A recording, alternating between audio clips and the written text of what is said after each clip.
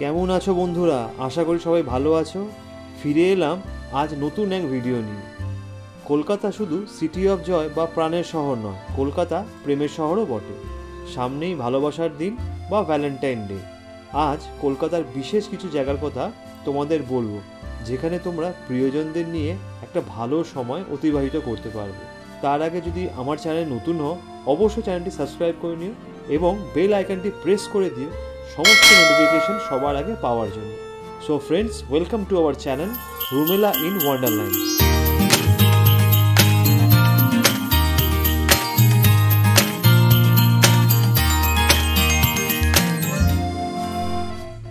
এক নম্বরে রয়েছে রবীন্দ্র সরোবর লেক বা ঢাকুরিয়া লেক।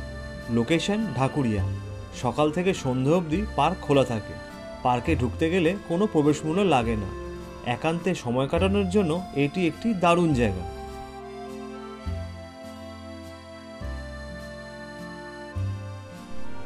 দু নম্বরে রয়েছে কলকাতার প্রসিদ্ধ মিলেনিয়াম পার্ক।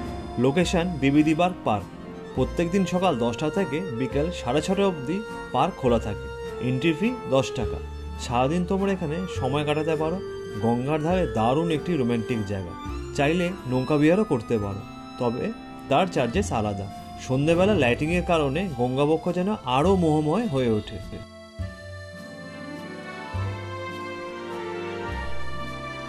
3 নম্বরে থাকছে কলকাতার সবথেকে জনপ্রিয় eco park. Location new town. Timing March থেকে অক্টোবর পর্যন্ত দুপুর 2:30 থেকে রাত 8:30। সানডে আর হলিডে 12টা থেকে 8:30। শীতকালে নভেম্বর থেকে ফেব্রুয়ারি পর্যন্ত দুপুর 12টা থেকে সন্ধ্যা 7:30 পর্যন্ত পার্ক খোলা থাকে। সোমবার কিন্তু পার্ক বন্ধ থাকে। এন্ট্রি ফি পার পারসন 30 টাকা। 4 নম্বরে রইল Nalban. Location Nalban very, Bidhannagar. Bidhannagar station থেকে অটো করে তোমরা এখানে পৌঁছে যেতে পারো। টাইমিং সকাল 10:30 থেকে সন্ধ্যা 6:30 পর্যন্ত। এন্ট্রি ফি 300 টাকা per person, including boating charges. Number 5-এ আছে Prinsep ghat. Location Fort William Hastings.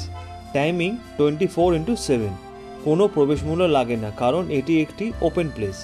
গঙ্গার ধারে এই হেরিটেজ প্লেসটি শুটিংয়ের জন্য কিন্তু একদম আদর্শ এবং অবশ্যই একটি রোম্যান্টিক জায়গা।